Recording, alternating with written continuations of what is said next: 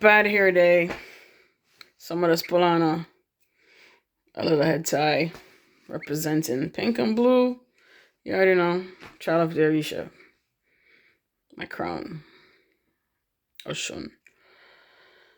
Uh, March 31st, 2019.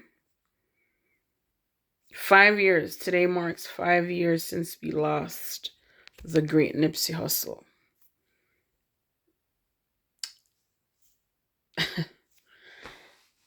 I didn't want to remember this day because it was on a Sunday. We lost him on a Sunday like on today, like onto today. Um, it was so funny. New York time around midday. I was sitting in a room just chilling, vibing, and he came to. Oh, he came. He came to my thoughts, and what came to my thoughts was they're gonna do him like how they did this artist that was gunned down. I forgot his name. Someone of the Young Greatness. Yeah. He came with a diner and then, do what they did to him. I'm like, why is this coming in my consciousness or my subconsciousness? Why this just suddenly, like, why?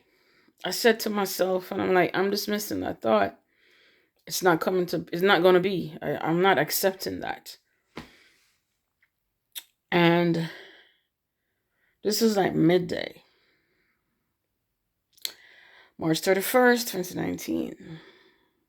Because I would religiously every weekend, during the week too, but every weekend I have it was like an hour and a half ride on the Long Island Railroad to go to work. So, I would just always listen to his music. Anytime I listen to his music, I soak up his album.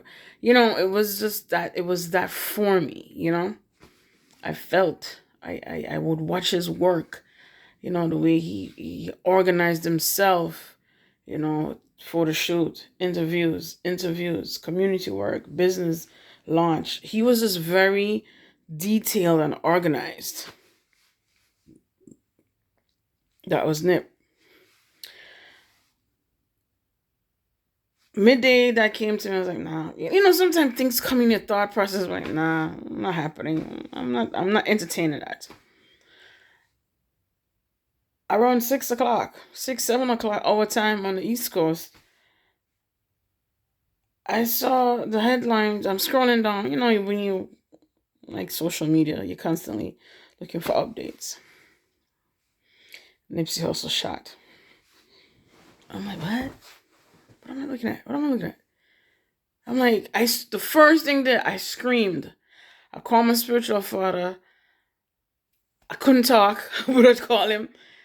And I started to cry. And I'm like, I don't know. I got this.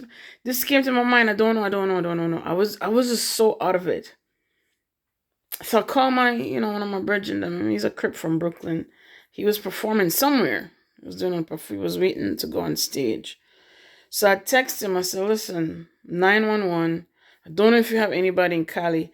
Let me know if this is really true. I'm seeing the headlines where Nipsey was shot. He didn't go on stage yet, so him call me because he knows I'm a Nipsey fan. So him call me back. I'm like, what you talking about? I said, this is what I saw on Instagram. I'm sorry, give me a second.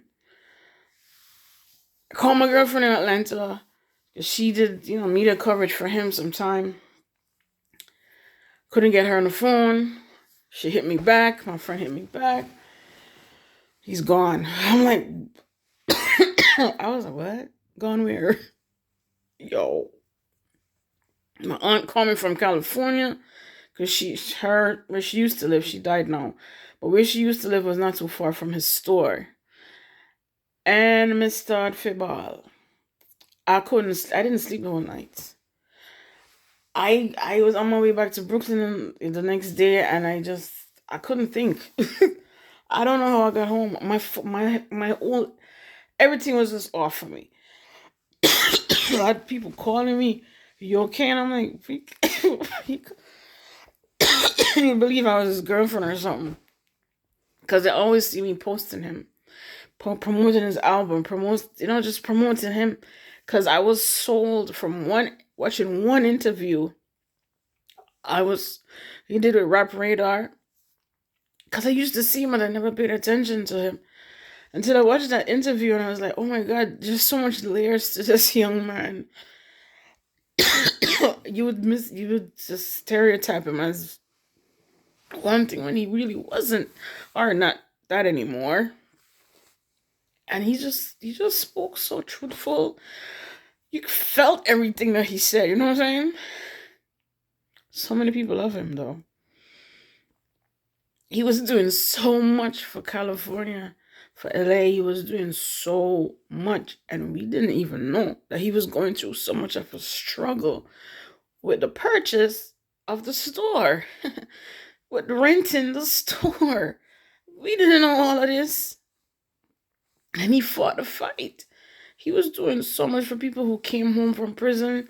He was trying to give them a fresh start, find job for them. He was doing so much positive things. He went through it. He didn't want to end up. He didn't want to end up certain ways. And he wanted what was revealed unto him on a spiritual higher level. He wanted to pass that down onto others. And he did the best he could. That day, I tell him, man, when you're doing good, I don't even want to get into no theory thing.